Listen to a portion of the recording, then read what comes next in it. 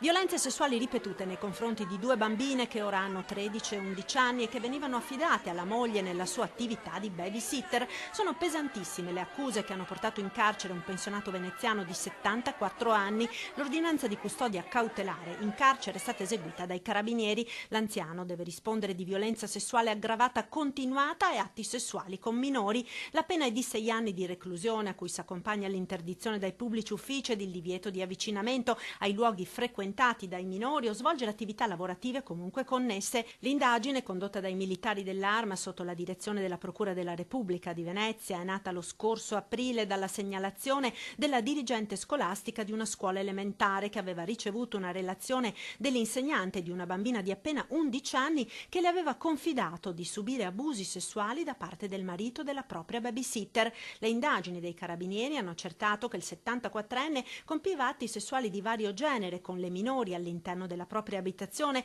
costringendole con minacce e pressioni psicologiche al silenzio.